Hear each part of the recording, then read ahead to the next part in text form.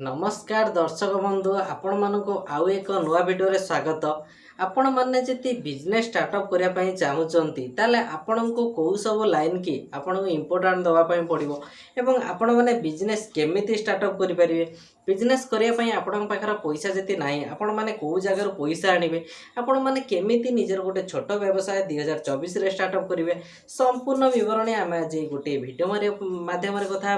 आपण मान अनुरोध आपण मैंने जी चैनल नुआ करके वीडियो गोटे लाइक चैनल को गोटे सब्सक्राइब निहाती करदेवे। प्रथमे देखंतु बिजनेस अन्य प्रकार अच्छी आपण मैंने जी लो इन्वेस्टमेंट रू जमीक कि आपण मैंने 50,000 लक्ष भर जब गोटे निजर छोट व्यवसाय स्टार्टअप करने चाहूँगी ताल आपण मैंने मार्केट प्लेस रे आपणकर निजर गोटे छोट व्यवसाय स्टार्टअप करेंगे।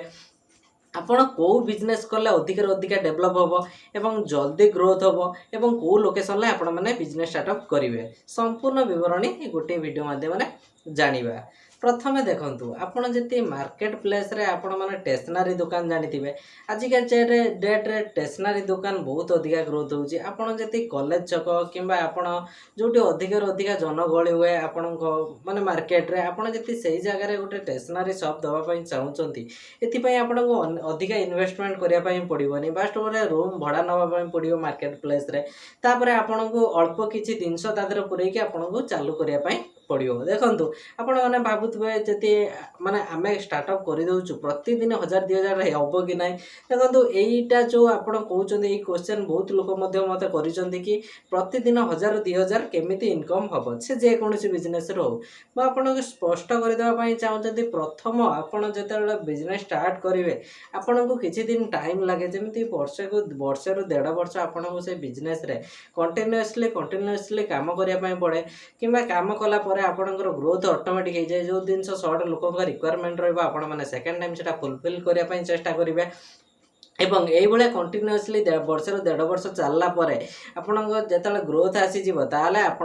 बिजनेस रू डेभलप पाइपर यहाँ गोटे सिग्नाल है आपण मैंने जो मैंने कि कमेंट कर प्रतिदिन 1000-2000 केमी आम इनकम करूँ मोर सब थंबनेल में लिखुची प्रतिदिन आपण मैंने 1000-1500 केमी इनकम करेंगे कहीं लिखुची आपण मैंने वीडियो शेष निश्चित देखिले आपण मैंने जानीपर कि मुझे आपण मैंने गोटे बिजनेस जेकोसी बिजनेस हो वर्षे रू 1.5 वर्ष कि 2 वर्ष न चलैले आपण मैंने जानीपर से बिजनेस ग्रोथ हम कि माने डाउन हबार गोटे कारण रिजन हूँ आपण मैंने प्रॉपर लोकेशन ले करनथिबे प्रॉपर क्वालिटी जोटा कि लोकों को रिक्वायरमेंट रोचे आपन सेटा फुलफिल करि परनथिबे जति गोटे लोक जाइंगे मागुचे आपन को बही आपन जति सेकंड टाइम से बहीटी आनी ताको दउचंदी कि डेट दउचंदी एति दिन भीतर आसीबो ताले से लोकटी आपन पाखो आसीबार 100% चांस एवं से 10 जन को मध्ये रेफर करबा आपन माने एटा आसंतु बेस्ट क्वालिटी जिंस मिलुची आपन माने नियंतु एटा गोटे कथा आज के डेट रे आपन माने जानिबा नियति आवश्यक। तापर आपन जति बिजनेस स्टार्टअप करिया पई चाहउचंती तापर लोन कोठु आनिबे देखो लोन बैंक रो बहुत सुविधा अच्छी आपण मैंने मुद्रा लोन अप्लाई करेंगे मुद्रा लोन आपड़ जब गोटे छोट मोट बिजनेस कर बैंक मैनेजर को जाइए कहींपर कि मुझे मुद्रा लोन अप्लाई करने चाहूँगी सी आपण को मैंने अप्लाई करेंगे ऑनलाइन अप्लाई हो जनसेवा केन्द्र आपने अप्लाई करेंगे और मैनेजर सहित कथा ये बाबद कि छोट बिजनेसटे अच्छी देखो से मैंने लोन केमी देवे आपणकर आगर गोटे बिजनेस जेहेतु थिबा दरकार आप किछिटा पैसा इन्वेस्ट करके आप स्टार्टअप करें आप टिके लोन नहीं कि आपण माने अधिक अचीवमेंट करेंगे आपण बिजनेस ऑलरेडी कंटिन्यू रे थिबा दरकार कहीं आपण माने जति लोन नौचंदे बिजनेस टी जति कंटिन्यू रे नाही ताले आपण माने फसी जिवे प्रथम हठात किने स्टार्ट कले आपनकर डेवलप होबनी आपण कंटिन्यूअसली मासे रे 1.5 मास काम करंतु कि 2 मास बिजनेस स्टार्टअप करंतु तापर जति आपण को लागुची आपण किछि माने पैसा लोन आनी कि आपण माने नुआ माने माल अधिक पुरेले ताले आपनकर ग्रोथ हो आपण को निजको फील होबा दरकार कहीं ना आपण माने बिजनेस स्टार्टअप करचंदी त माने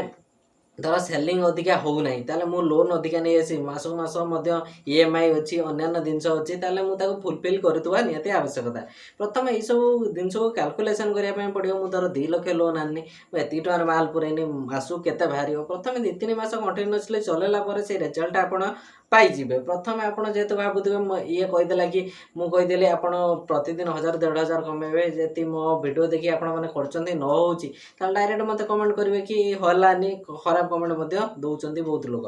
तो यहाँ रिक्वायरमेंट करने आपण को प्रथम गोटे जिनस को बुझा दरकार और से जो जिनस आपण मैंने जो बिजनेस करेंगे से जिनसर आपण मैंने भल क्वालिटी जिनस कौटू पाइबे आउ बेस्ट प्राइस रे केमिति पाइबे बेस्ट प्राइस एवं बेस्ट क्वालिटी ये 2टा जिनस मेंटेन करे बिजनेस रो ग्रोथ पाई ହେଲା ଆପଣ ମାନେ ଏଇ ଦୁଇଟା କ୍ୱାଲିଟି କି ମେଣ୍ଟେନ୍ କରିବା ପାଇଁ ଚେଷ୍ଟା କରିବେ। ତାପରେ ଆଉ ଗୋଟେ କଥା ଆପଣ ମାନେ ଭାବୁଥିବେ ଆମେ ଯଦି ଲୋନ୍ ନେଇ ଆସି ଷ୍ଟାର୍ଟଅପ୍ କରୁଛୁ ଆମେ କେଉଁ ଜାଗାରେ ଏକ୍ଜାକ୍ଟଲି ଦେବୁ ହେଲା। ଦେଖନ୍ତୁ ମାର୍କେଟ ପ୍ଲେସ୍ରେ